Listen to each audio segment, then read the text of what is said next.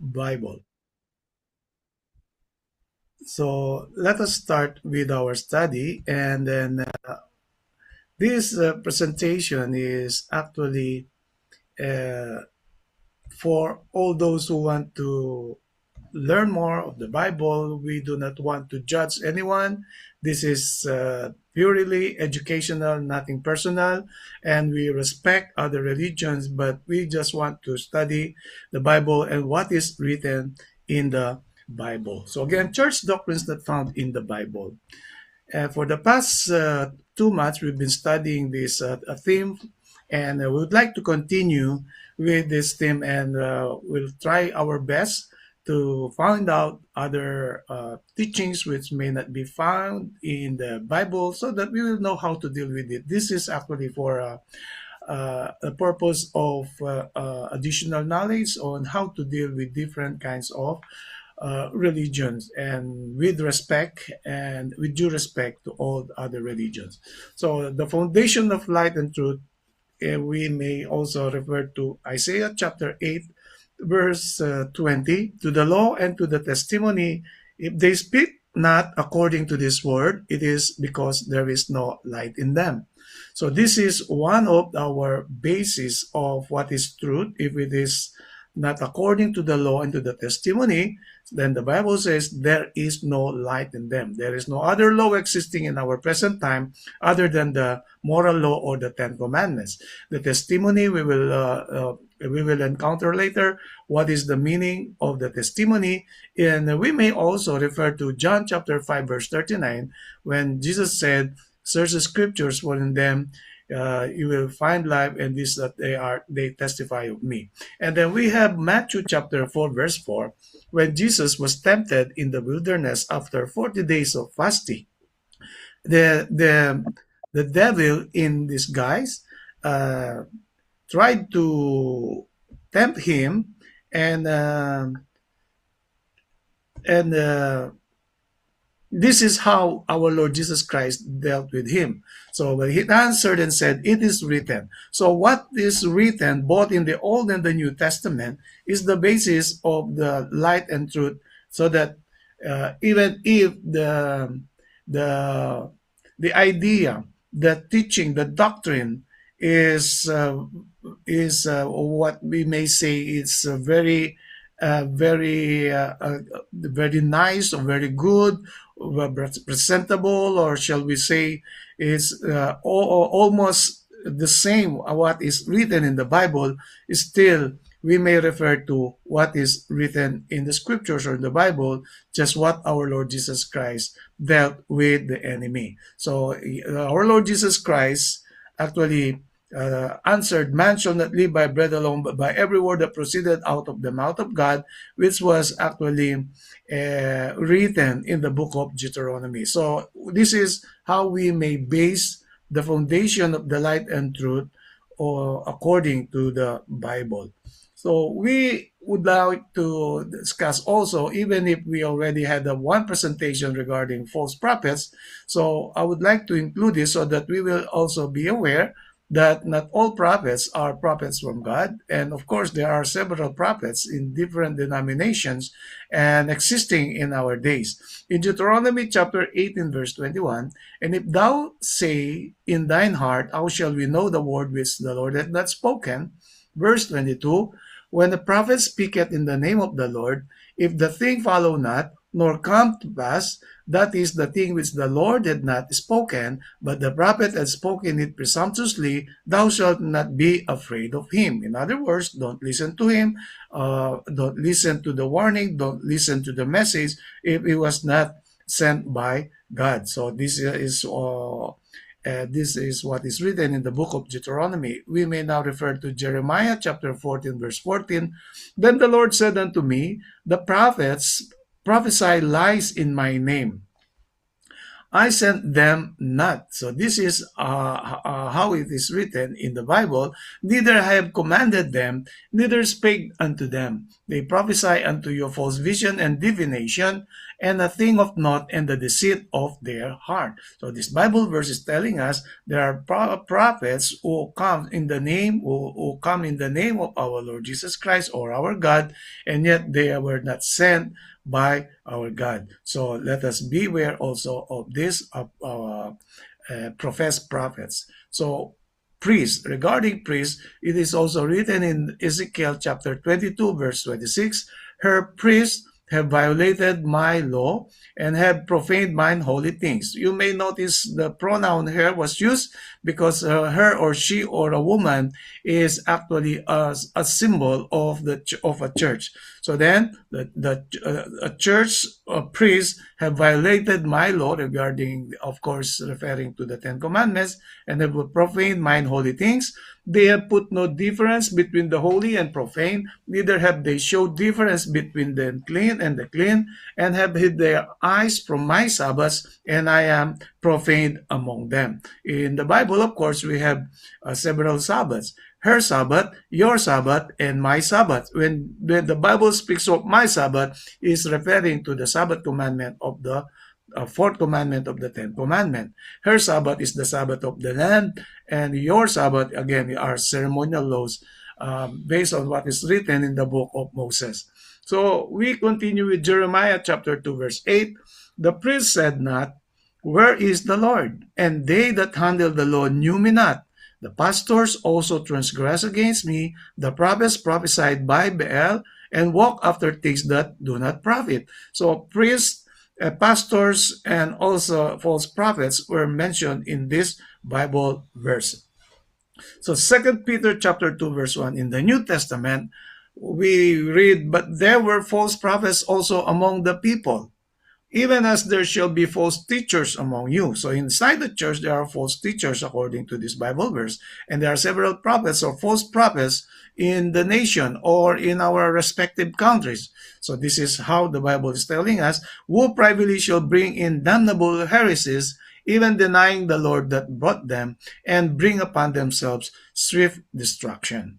In Matthew chapter 24, this is actually a prophecy from our Lord Jesus Christ, verse 11, and many false prophets shall rise and shall deceive many. So this is a very clear Bible verse telling us many will be deceived by these false prophets. That is why we are doing our best with the help of the Lord to study the Bible and what is written so that we will not be deceived, and then we can walk with God the right way towards salvation as it is presented in the Bible. And in 1 Timothy chapter 4 verse 1, now the Spirit speaketh expressly that in the latter times some shall depart from the faith, giving heed to seducing spirits and doctrines of devils, because of these false prophets and also false teachers in the church. So some of the believers will leave the church. So this is how it is written in the Bible, both from the Old and the New Testament, for our learning. So doctrines and traditions. So we would like to start with infant baptism. You will not find infant baptism as a doctrine that comes from the Bible or from God or from our Lord Jesus Christ. We may notice that Jesus Christ was presented to the temple or dedicated in the temple 40 days after his birth. He was circumcised 8 days after his birth. So then Jesus Christ was baptized, according to the book of Luke, around 30 years old. So infant baptism, you will never find it in the Bible. Trinity. The word Trinity is not also written in the Bible, but we have Godhead instead of Trinity. But the basis of the doctrine of Trinity is not the same as the doctrine of Godhead. We may study this later, and we will just choose some of these doctrines and traditions for today. Then later on, with this different doctrines and tradition, we may choose some of the topics. And we have Christmas. Christmas, of course, is not based on the Bible. If we will read Luke chapter 2, verse 8, there are shepherds in the wilderness, and in December, of course, there is a winter time, and in Israel, Upper and Lower Israel, there are times that it is raining, and it is not wise for shepherds to go to the wilderness to feed their lambs or their cattle. So Christmas actually is not based on biblical teaching, and of course, it is not the birthday of our Lord Jesus Christ, which referred to December 25. So it is not based, or totally, it is not written in the Bible. Mary as Queen of Heaven, as early as the time of Jeremiah, there is a so-called goddess or an idol named Queen of Heaven, centuries before the birth of Mary. So there is no such teaching or doctrine in the Bible referring to Mary as Queen of Heaven. So we have the Feast of the Saints, we will discuss later. Confession, so this confession is confessing to a priest or a pastor or a minister, not directly to God, or not directly to the person which was offended. So then the next one is title of father to the priest. And then we have Sunday sacredness, and we have the mortality of the soul, the consciousness in and after death, eternal torment, purgatory, which was discussed in our last topic, indulgences, inquisition, transubstantiation, and mass or holy mass. They call it holy mass.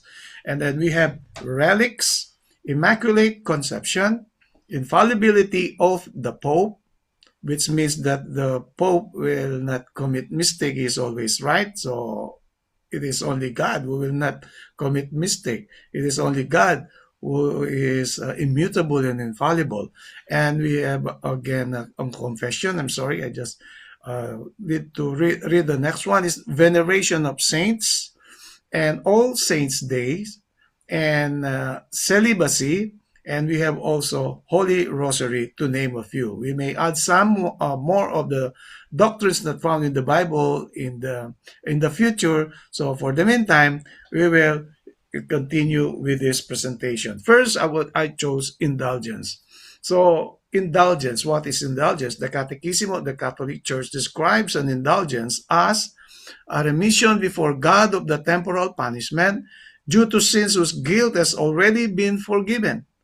Sins already been forgiven, but yet there is a temporal punishment, which the faithful Christian who is duly disposed gains under certain prescribed conditions.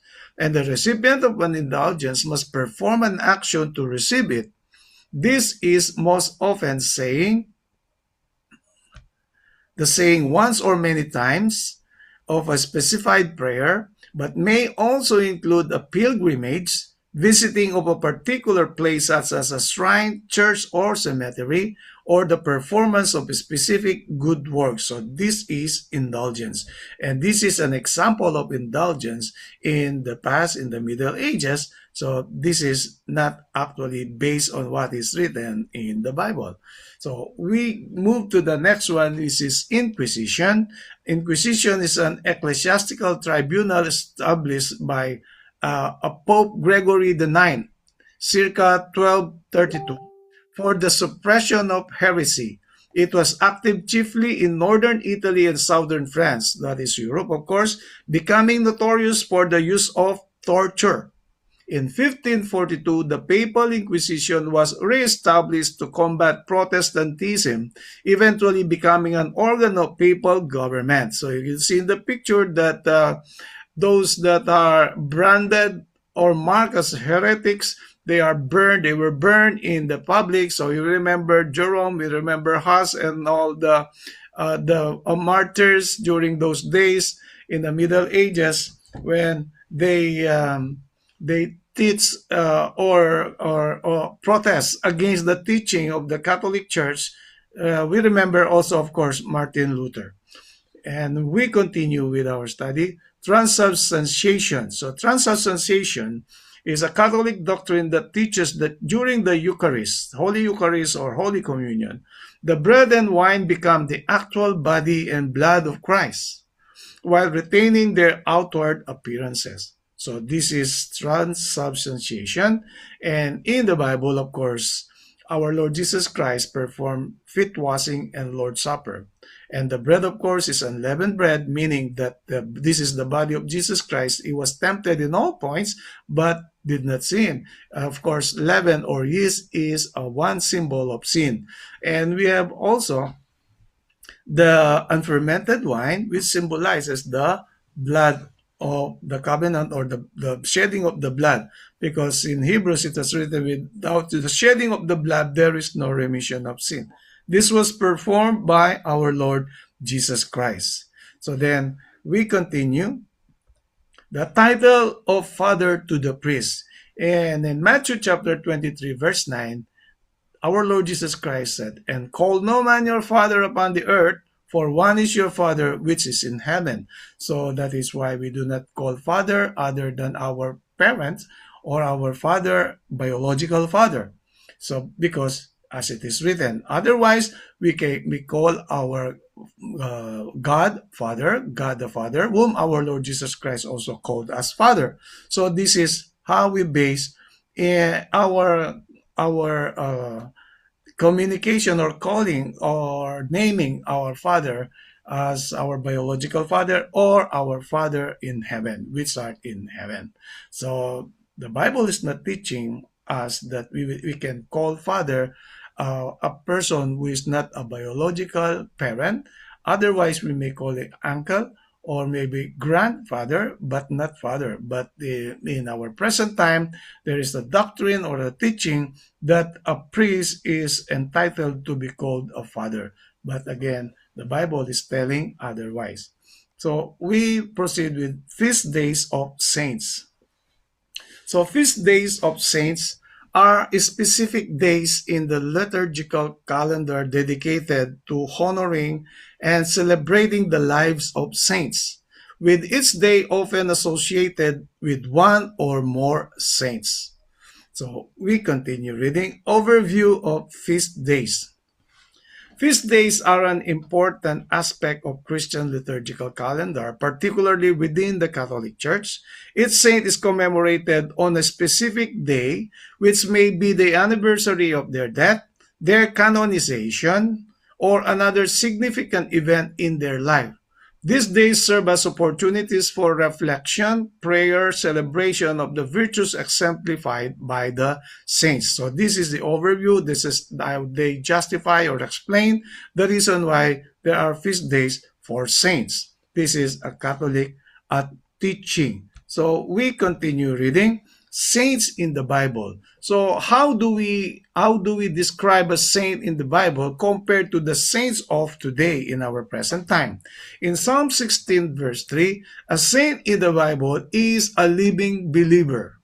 But to the saints that are in the earth and to the excellent in whom it is all my delight. So in Psalm 89 verse 7, God is greatly to be feared in the assembly of the saints or congregation. These are all alive, and to be had in reverence of all them that are about him. So saints in the Bible are actually living believers of the true God. We continue reading in the New Testament as it is written in Acts chapter 26 verse 10.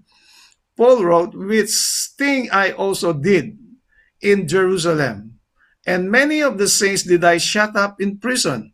So he shut up the saints in prison, meaning they are alive. The saints are alive because the saints are actually referring to, once again, to living believers, having received authority from the chief priests, and when they were put to death, I gave my voice against them. So they are living and then they were put to death. That is the time they died. So again, saints are alive.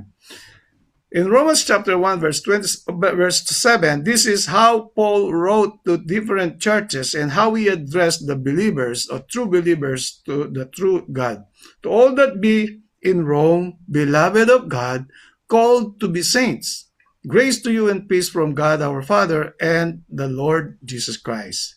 In Ephesians chapter 1 verse 1, Paul, an apostle of Jesus Christ, by the will of God, to the saints which are in Ephesus and to the faithful in Christ Jesus. So this is very clear description of a saint is a person who believes in Jesus Christ. Philippians chapter 1 verse 1, Paul and Timotheus, the servants of Jesus Christ, to all the saints in Christ Jesus which are in Philippi, with the bishops and deacons. So this is how he addressed the believers in different parts of Asia Minor. So in Colossians chapter 1 verse 2, to the saints and faithful brethren in Christ which are at Colossus, grace be unto you and peace from God our Father, the Lord Jesus Christ. So it's very clear, both in the Old and the New Testament, saints are living believers of the true God. They are not dead.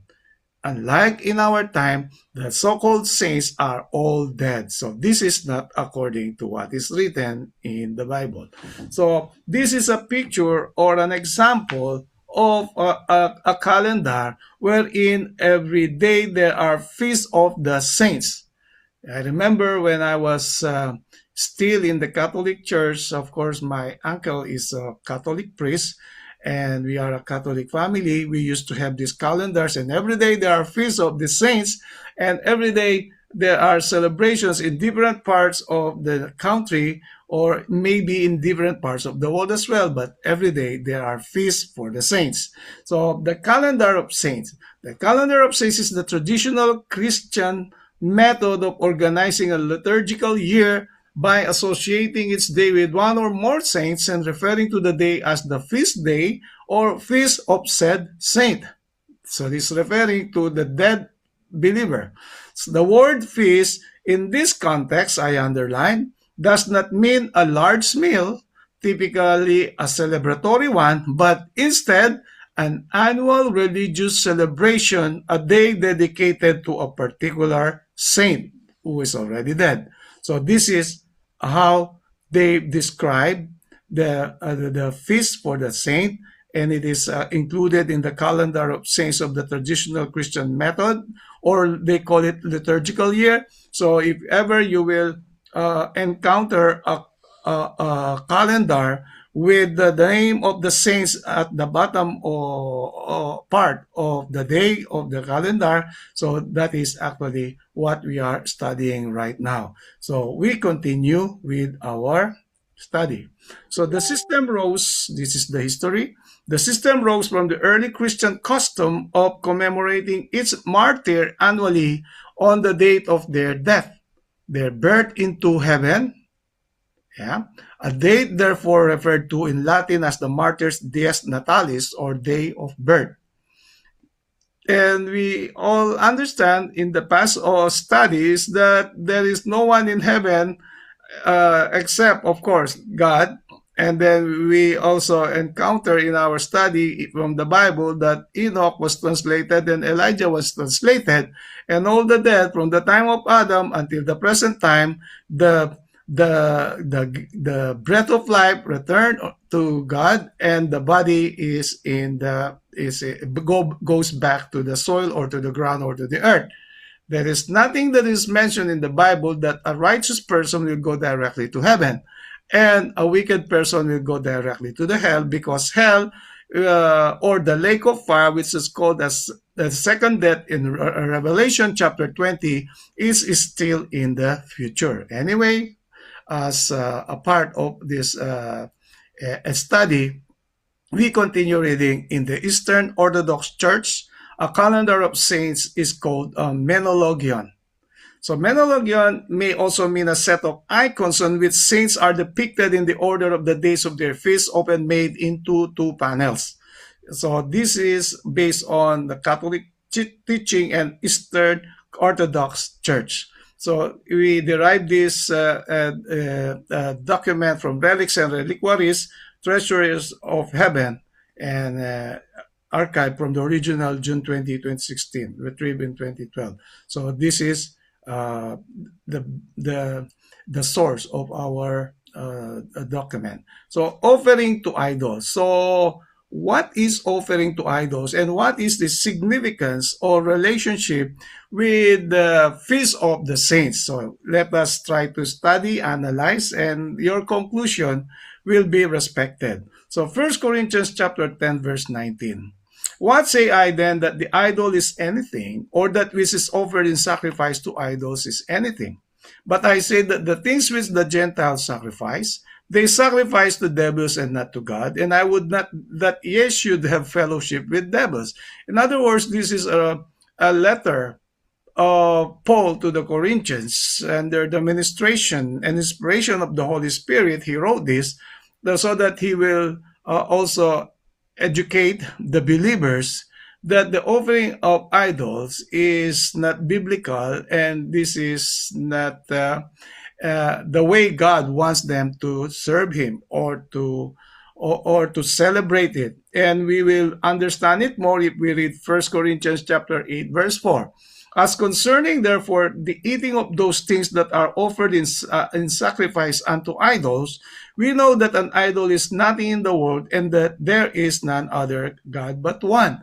So, in the previous slides, we learn that this Feast of the Saints is a day of prayer, a day also of eating or feasting, and also a day of commemorating the date of death or birthday or an important event. In other words, if they will cook food or celebrate a meal in honor of this dead saint, and it is somehow synonymous or almost the same as what happened in the time of Paul in referring to sacrificing to idols, that is cooking a meal or food and in the name of the idol, and then altogether they eat. The Gentiles, referred to as the Gentiles. So this has nothing to do with Christianity or the teaching of our Lord Jesus Christ. That is why in our present time, when they say this today is the feast of Mary, the mother of Jesus, there will be a celebration of a religious celebration or a mass or let's say a prayer, and then of course they will also cook food or meals in commemoration of this day. And other saints too, of the so-called saints of this world, Saint Joseph, Saint John, Saint Peter, the apostles, they call them saints, and so on and so forth, the martyrs. So this is how the reason why we study this, to compare the teaching of that is based on the Bible, and also the human or the teaching of the human dogmas or doctrines, so that we will know exactly if our faith is on the right track or we are missing the point of the true faith. So we continue reading the apostles on worshiping them. So there are times written in the Bible, those people whom the apostles met, or even the apostles themselves, there are times that they were worshiping, or shall we say kneeling down to their fellow servant or fellow creature or fellow man. So we read in Acts chapter 10 verse 25, this is the story of Peter and Cornelius. And as Peter was coming in, Cornelius met him and fell down at his feet and worshipped him. And what did Peter say? But Peter took him up, saying, "Stand up, I myself also am a man." So when Peter was still alive, Cornelius fell down at his feet and worshipped him, thinking that he is a saint, or thinking that he is a holy man, or thinking that he is like God. So Peter told him, "Stand up. Stand up, I myself also am a man." In other words, the Bible is discouraging us to fall down at his feet or kneel down to any person, regardless if he is a martyr or a saint or anyone else, because there is only one God that we need to kneel down and also worship him. So we may also refer to in Revelation chapter 19 verse 10, this is the experience of John the Revelator or John the Beloved.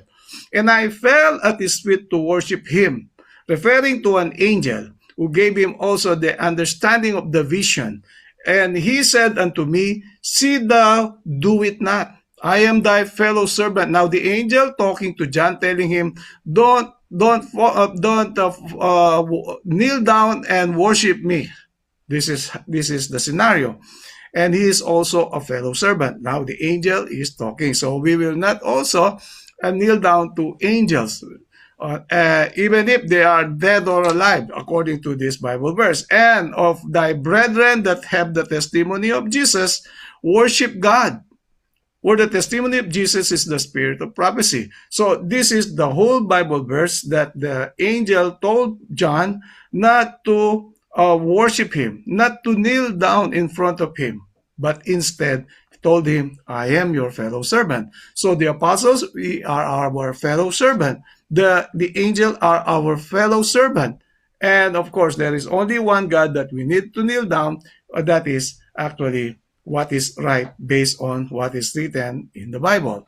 So it is not right to kneel down and worship the so-called saints of today, even if they are the saint is Peter, James, or John, and so on and so forth, or the apostles, because when Peter was still alive, he told Cornelius not to worship him because he also am a man like you and me, dear brothers and sisters. So we continue with Acts chapter 4, verse 12. The reason why we don't need to kneel down and worship other creatures, because the Bible says, neither is there salvation in any other. For there is none other name under heaven given among men whereby we must be saved, referring only to the name of our Lord Jesus Christ, not in the name of Mary, not in the name of Joseph, not in the name of John, or not in the name of Peter, and so on and so forth, but only our Lord Jesus Christ. So these are the feasts in the Bible referring to the feast of Israel. So you may refer to Leviticus chapter 23. They call it the biblical holidays or the Jewish feast. And they divided it into spring holidays and fall holidays. The spring holidays, and this is Passover, and then this is a symbol of Jesus' death. We have the unleavened bread, the burial, symbol of the burial, and the first fruit, which is a symbol of the resurrection. And after 50 days of the, we have the Pentecost, which is actually a symbol of the Holy Spirit, when the apostles, the former rain was poured upon them. The Holy Spirit was poured upon them in the form of tongues of fire. So we have again the fall holidays, which is the Feast of the Trumpets, the Day of Atonement, and the Tabernacles, which is in our present time symbolically will be fulfilled during the second coming of our Lord Jesus Christ. So these are the feasts in the Bible: Passover, unleavened bread, first fruits, Pentecost, trumpets, Day of Atonement, and Tabernacles are all referring, actually pointing to our Lord Jesus Christ or His Spirit, and then also not referring to any person, not referring to Moses, not referring to Aaron or any other biblical character or prophet, even prophet or patriarch in the Old Testament. So these are the feasts in the Bible. So you will never see feast that is in commemoration of a person referring to the death of a martyr or the death of a person. So this is how we understand it, what is written in the Bible. So we continue reading biblical significance of feasts.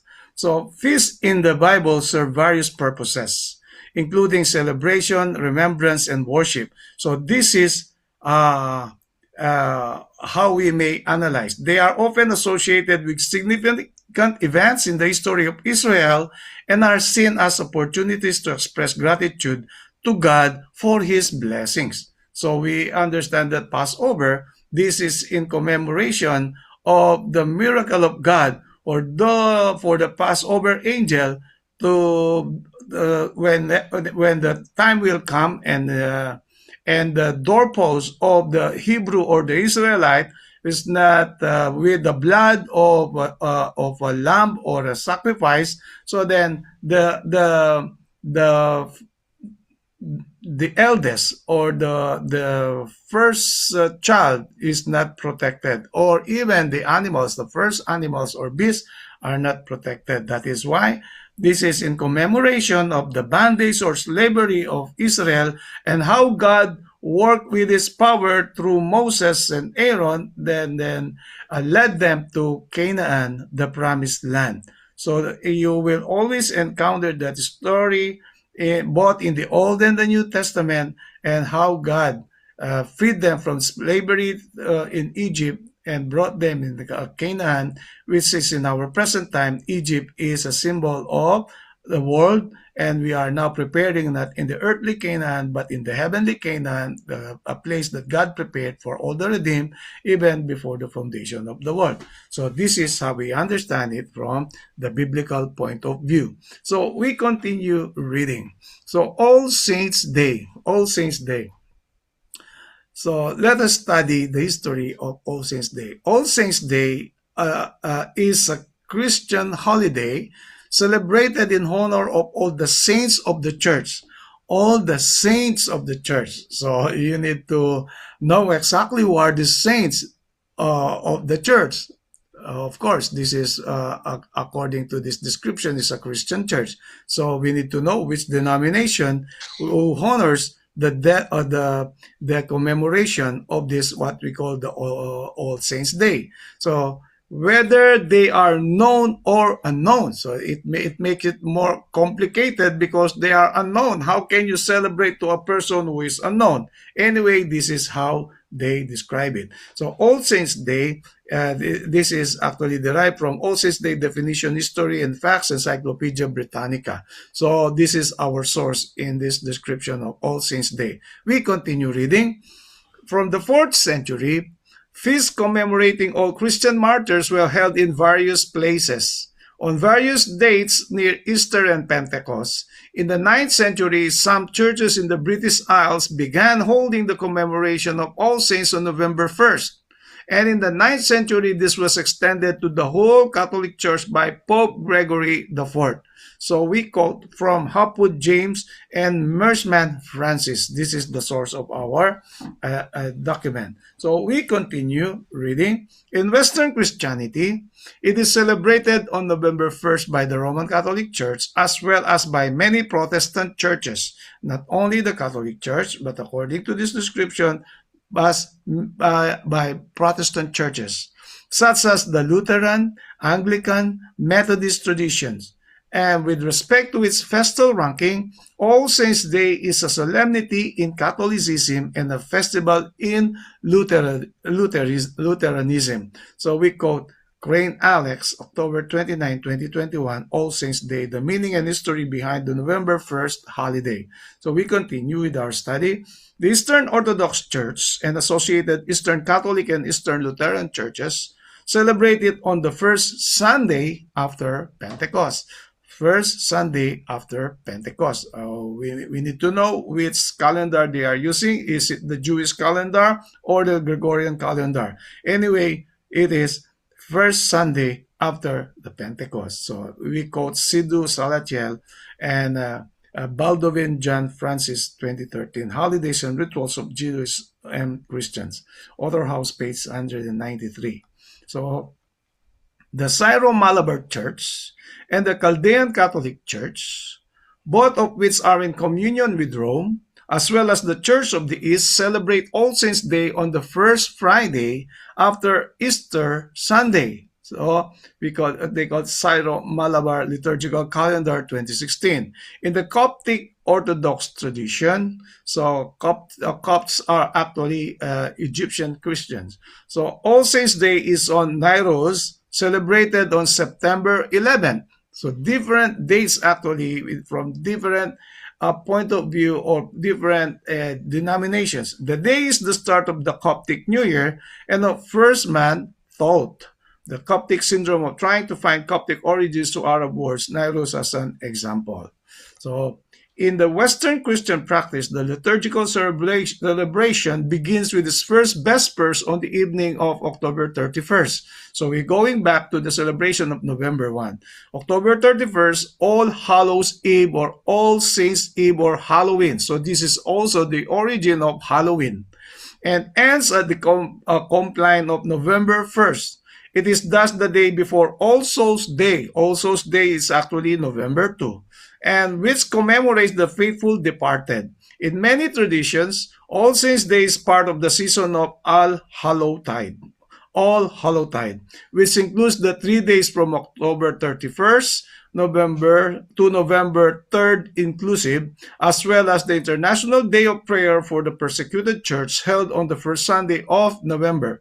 And that in some Christian denominations, such as Anglicanism, extends to Remembrance Sunday. So this is actually the story of Halloween, the story of All Saints Day. Then let us remember, All Saints Day are only for the saints that are regarded to or marked or branded by the church, but all the rest of the dead are actually to be celebrated on All Souls Day, which is on November 2.